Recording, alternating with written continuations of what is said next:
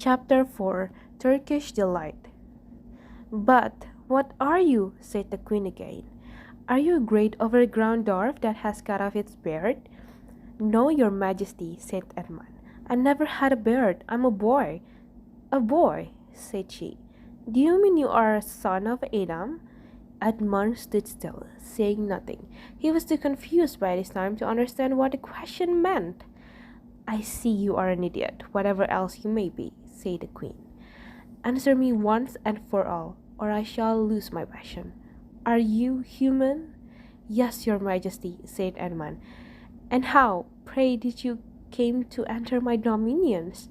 "Please, your majesty, I came in through a wardrobe." "A wardrobe? What do you mean?" I opened a door and just found myself here, your majesty," said Edmund. "Ha!" said the queen, speaking more to herself than to him. "A door, a door from the world of men. I have heard of such things. This may wreck all, but he is only one, and he is easily dealt with." As she spoke these words, she rose from her seat and looked Edmund full in the face, her eyes flaming. At the same moment, she raised her wand. Edmund felt sure that she was going to do something dreadful, but he seemed unable to move. Then, just as he gave himself up for lost, she appeared to change her mind. "My poor child," she said in quite a different voice, "how cold you look! Come and sit with me here on the sledge, and I will put my mantle around you and we will talk." Edmund did not like this arrangement at all, but he dared not disobey. He stepped onto the sledge and sat at her feet, and she put a fold of her fur mantle around him and tucked it well in. "Perhaps something hot to drink?" said the queen. "Should you like that?" "Yes, please, your majesty," said Edmund, whose teeth were chattering. The queen took from somewhere among her wrappings a very small bottle which looked as if it were made of copper. Then, holding out her arm, she let one drop fall from it on the snow beside the sledge. Edmund saw the drop for a second in mid-air, shining like a diamond, but the moment it touched the snow, there was a hissing sound, and there stood a jeweled cup full of something that steamed. The dwarf immediately took this and handed it to Edmund with a bow and a smile, not a very nice smile. Edmund felt much better as he began to sip the hot drink. It was something he had never tasted before, very sweet and foamy and creamy, and it warmed him right down to his toes. "It is dull, son of Adam, to drink without eating," said the queen presently. "What would you like best to eat?" "Turkish delight, please, your majesty," said Edmund.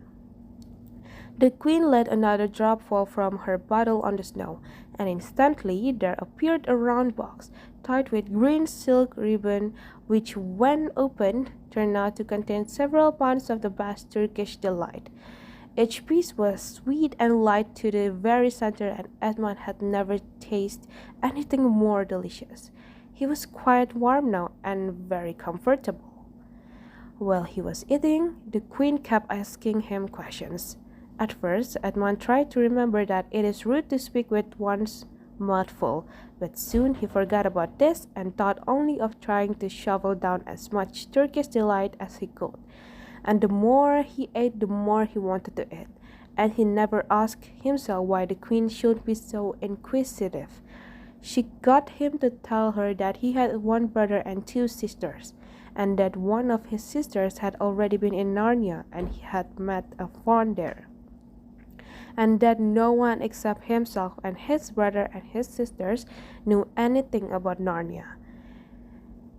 She seemed especially interested in the fact that there were four of them, and kept on coming back to it. "You are sure there are just four of you?" she asked. "Two sons of Adam and two daughters of Eve, neither more nor less?" And Edmund, with his mouth full of Turkish delight, kept on saying, "Yes, I told you before," and forgetting to call her your majesty, but she didn't seem to mind now.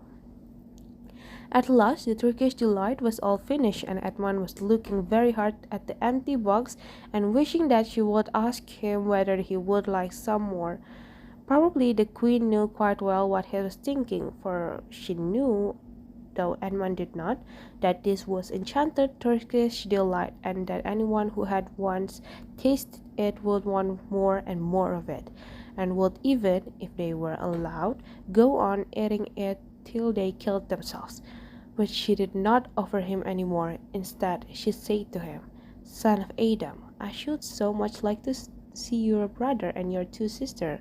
Will you bring them to see me?" "I'll try," said Edmund, still looking at the empty box. "Because if you did come again, bringing them with you, of course, I'd be able to give you some more Turkish delight. I can't do it now. The magic will only work once. In my own house, it will be another matter." "Why can't we go to your house now?" said Edmund. When he had first got on the sledge, he had been afraid that she might drive away with him to some unknown place from which he would not be able to get back, but he had forgotten about the fear now. "It is a lovely place, my house," said the queen. "I am sure you would like it. There are whole rooms full of Turkish delight, and what's more, I have no children of my own. I want a nice boy whom I could bring up as a prince and who would be a king of Narnia when I am gone. While he was prince, he would wear a gold crown and eat Turkish delight all day long, and you are much the cleverest and handsomest young man I've ever met. I think I would like to make you the prince someday when you bring the others to visit me." "Why not now?" said Edmund. His face had become very red, and his mouth and fingers were sticky. He did not like either clever or handsome, whatever the queen might say. "Oh, but if I took you there now," said she, "I shouldn't see your brother and sisters. I very much want to know your charming relations. You are to be the prince and later on the king. That is understood, but you must have courtiers and nobles. I will make your brother a duke and your sister duchesses." "There's nothing special about them," said Edmund, "and anyway, I could always bring them some other time." But once you were in my house," said the queen, "you might forget all about them. You would be enjoying yourself so much that you wouldn't want the bother of going to fetch them. No, you must go back to your own country now and come to me another day with them. You understand, it is no good coming without them." "But I don't even know the way back to my own country," pleaded Edmund. "That's easy," answered the queen. "Do you see the lamp?" She pointed with her wand, and Edmund turned and saw the same lamp post under which Lucy had met the fawn. "Straight on beyond that is the way to the world of men. And now look the other way. Here," she pointed in the opposite direction, "and tell me if you can see two little hills rising above the trees." "I think I can," said Edmund. "Well, my house is between those two hills, so next time you come, you have only to find the lamp post and look for those two hills and walk through the wood till you reach my house. But remember, you must bring the others with you. I might have to be very angry with you if you came alone." "I'll do my best," said Edmund. "And by the way," said the queen, "you needn't tell them about me. It would be fun to keep it secret between us two, wouldn't it? Make it a surprise for them. Just bring them along to the two hills. A clever boy like you will easily think of some excuse for doing that. And when you come to my house, you could just say, 'Let's see who lives here,' or something like that. I'm sure that would be the best. If your sister has met one of the fawns, she may have heard strange stories about me, nasty stories that might make her afraid to come to me. Fawns will say anything, you know. And now—" "Please, please," said Edmund suddenly. "Please, couldn't I have just one piece of Turkish delight to eat on the way home?" "No, no," said the queen with a laugh. "You must wait till next time." While she spoke, she signaled to the dwarf to drive on, but as the sledge swept away out of sight, the queen waved to Edmund, calling out, next time, don't forget, come soon." Edmund was still staring after his sledge when he heard someone calling his own name, and looking around he saw Lucy coming towards him from another part of the wood. "Oh, Edmund!" she cried. "So you've got in too. Isn't it wonderful? And now—" "All right," said Edmund. "I see you were right, and it is a magic wardrobe after all. I'll say I'm sorry if you like, but where on earth have you been all this time? I've been looking for you everywhere." "If I'd known you had got in, I'd have waited for you," said Lucy, who was too happy and excited to notice how snappishly Edmund spoke or how flushed and strange his face was. "I've been having lunch with dear Mr. Tumnus, the Vaughan, and he's very well, and the White Witch has done nothing to him for letting me go. So he thinks she can't have found out, and perhaps everything is going to be all right after all." "The White Witch?" said Edmund. "Who's she?" "She is a perfectly terrible person," said Lucy. "She calls herself the Queen of Narnia, though she has no right to be queen at all. And all the fauns and dryads and naiads and dwarfs and animals, at least all the good ones, simply hate her. And she can turn people into stone and do all kind of horrible things. And she has made a magic so that it is always winter in Narnia. Always winter, but it never gets to Christmas. And she drives about on a sledge, drawn by reindeer, with her wand in her hand and a crown on her head." Edmund was already feeling uncomfortable from having eaten too many sweets, and when he heard that the lady he had made friends with was a dangerous witch, he felt even more uncomfortable. But he still wanted to taste the Turkish delight again more than he wanted anything else. "Who told you all that stuff about the White Witch?" he asked. "Mr. Tumnus, the Vaughan," said Lucy.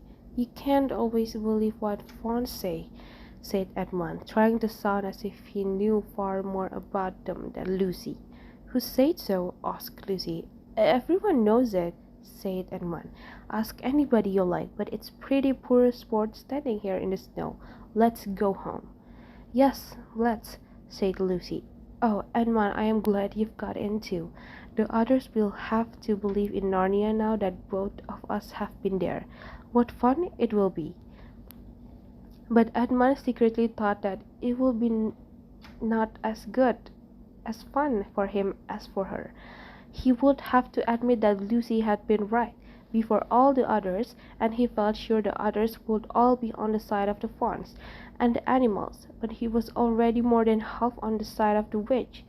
He did not know what he would say, or how he would keep his secrets once they were all talking about Narnia. By this time, they had walked a good way. Then suddenly they felt coats around them instead of branches, and next moment they were both standing outside the wardrobe in the empty room. "I say," said Lucy, "you do look awful, Edmund. Don't you feel well?"